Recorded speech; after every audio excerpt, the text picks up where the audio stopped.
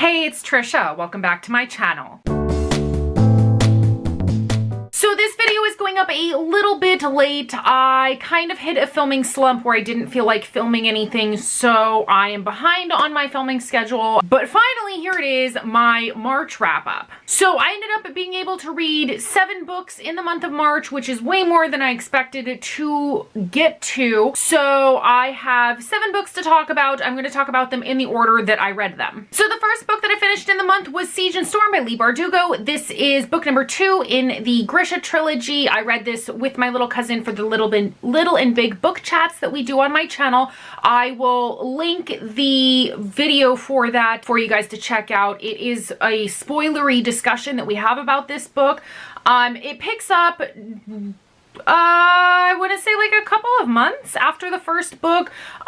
We continue to follow Alina and Mal and the Darkling, all the characters, and I don't want to talk too much about it because I don't want to give spoilers for book 1, but I did end up giving it 5 out of 5 stars. I really enjoyed it. If you want to see all of my spoilery thoughts on the book with my cousin, definitely check out our book chat on that. The next book that I ended up picking up was Artemis Fowl by Owen Colfer. This is one that I picked up for the Artemis Fowl read-along that I heard about from Kara from Wild Book Garden. So Artemis Fowl is about a young boy, 12 years old, and he is a genius criminal mastermind, and he has heard about fairies that exist, and he is planning on stealing a treasure from them. This one is a middle grade novel. I remember reading it in middle school, grade school, and I quite enjoyed it. It was much more enjoyable than I originally remembered. I did have a little bit of issue with the lack of female characters in it, that there was only really one competent female character in it. I did end up giving this reread 4 out of 5 stars. Next, I ended up reading Vampire Academy by Richelle Mead. I read this one as part of the Vampire Academy reread along that the Muggle Studies Book Club is doing. It's hosted by Hannah from The Rainy Reader and Gabby from Gabs About Books. This is one that I only read the first couple in the series and never continued on when it was originally publishing.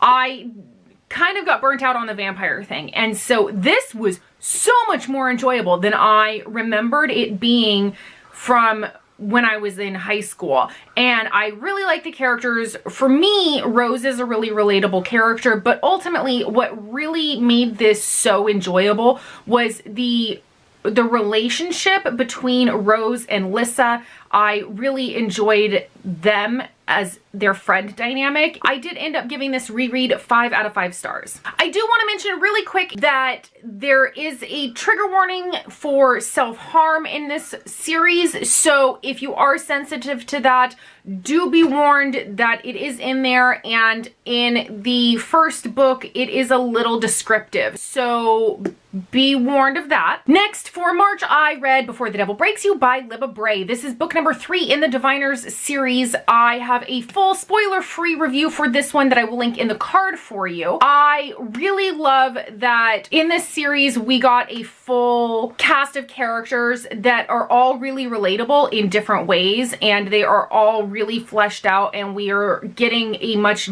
deeper look at who they are as individuals and why they do the things that they do, and a look at why they were brought together. I'm not going to talk too much about it because it is the 3rd in this series. However, I have loved every single one of these books so far. I did give this one 5 out of 5 stars. Also, for Before the Devil Breaks You, I do want to include a couple of trigger warnings. There is a trigger warning for rape, attempted sexual assault, racism, and prejudice against multiple groups, including immigrants, people of color, people with disabilities, and also people of different sexual orientations. The prejudice in this book does reflect appropriately to the time period at which the book takes place. The book does take place in the 1920s in New York, so those prejudices that we are seeing are reflective of that, and they are also challenged at times throughout this novel. Next, I finished Frostbite by Richelle Mead. This is Vampire Academy number 2.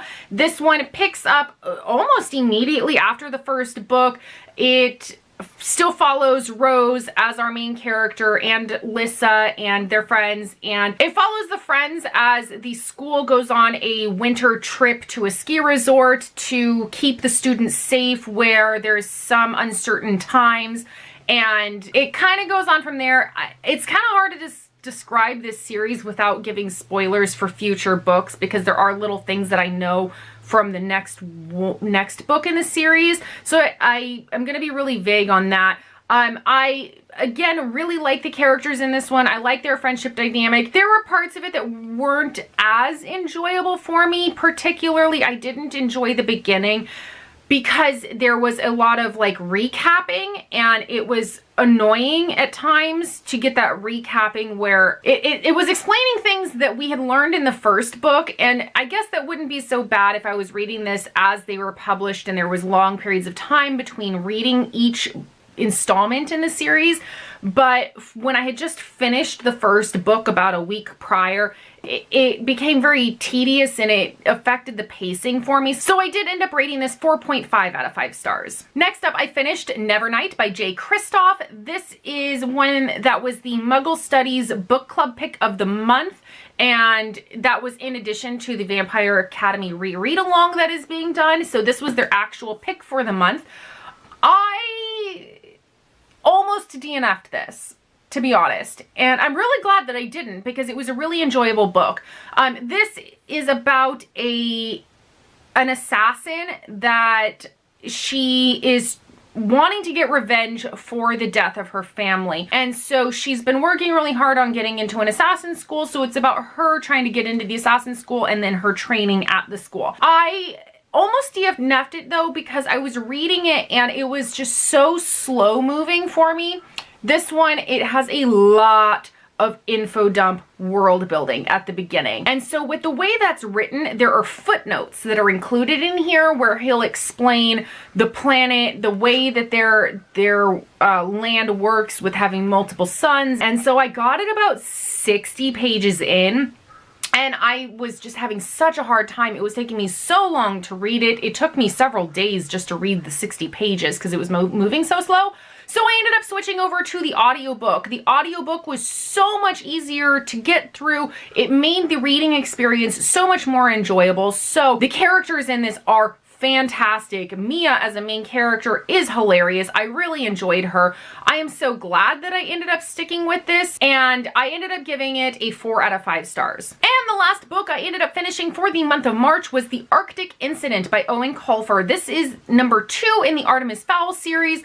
This takes place little bit after the first book ends, and it is about Artemis going in search of his father, where he has gotten a ransom note after his father had been missing for a long period of time. He teams back up with the cast of characters that we had met in the first book. It was really fun adventure. My gripe with this series is that as of right now in the first 2 books is that the female characters are severely lacking. So I found it really frustrating reading it. It was still really fast-paced and fun. I would like to see improvement in the rest of the series. So as I continue my reread, which has now deviated with away from the others that are reading this, so I'm going to take it a little bit slower in rereading these. I would like to see improvement in that aspect, but I did end up giving it a 3.5 out of 5 stars. All right, so these are all of the books that I ended up reading in the month of March. Let me know in the comments down below. Have you read any of these books? What did you think about them? And now is a perfect time, if you have not already done so, click that little subscribe button down below if you want to see more content from me in the future. And if you want to follow me elsewhere on the interwebs, I have all of my social media links in the description box down below, and I'll see you all in my next video. Bye!